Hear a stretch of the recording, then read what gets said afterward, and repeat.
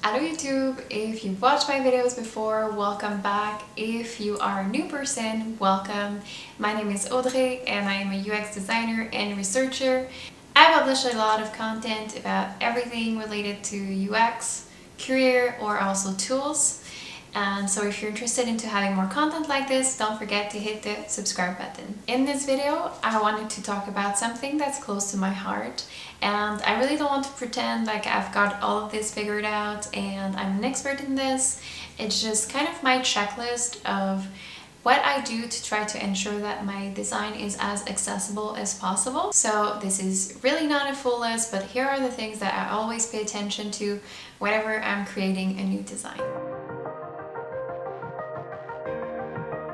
The first one, very concrete, is font size. On mobile, as a general rule, I never go below 16 pixels, and on web, I will never go below 18 pixels for like the body text. I think these are a good rule of thumb to remember, because below that, it's going to be not only more difficult to read for people who have vision disabilities, but also a lot less comfortable for even people who don't. The second thing is line height. There's not necessarily a rule of thumb for line height, but as a general advice, usually up to 150% is a good place to start, and then afterwards you can do a little bit more research depending on if it's a heading or a different kind of if it's H1, H2, or if it's body text, what you should go for. The third one is that I never use color only to convey information.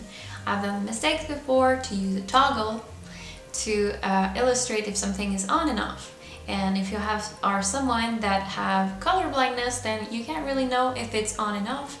And sometimes that can be confusing. So now I make sure to add a label so that the person knows exactly what this toggle does, what does it mean when it's on, what does it mean when it's off, but also it's not only the color that indicates that. The fourth one is contrast. So important that you have good contrast between your colors of your letters, of your font, and your background, and the different components also.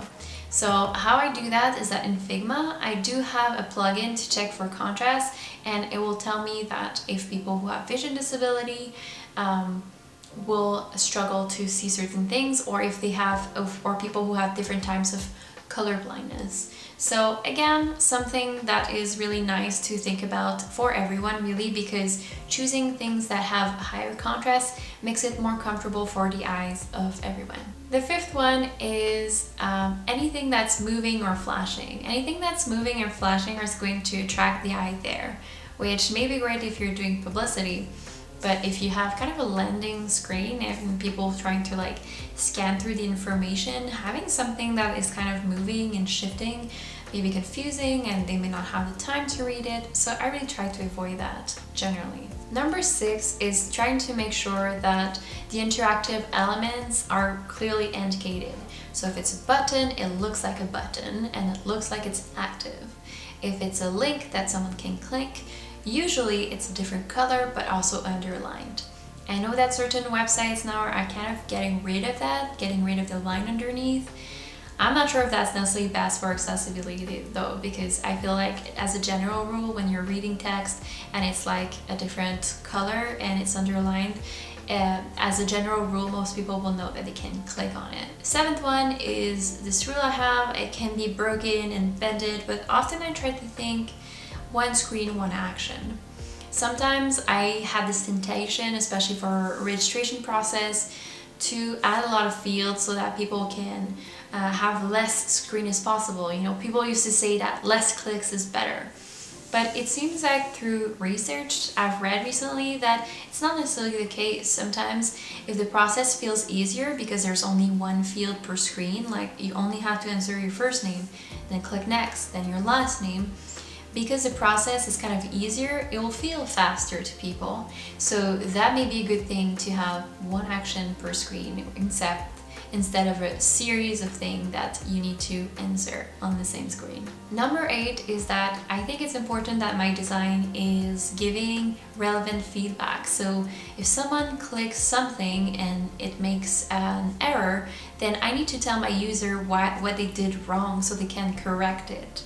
I think the worst case scenario is that you click next and then the error is only indicated by the field becoming red, which some people might not be able to see, and it doesn't tell you what you did. So very important to kind of give feedback. Also, if you have any kind of process, like again a registration or like a checkout process, it's nice to give like kind of an idea of process, like steps 1 out of 4, or like a progress bar, so the user know kind of like how long they have to do this and what they got into.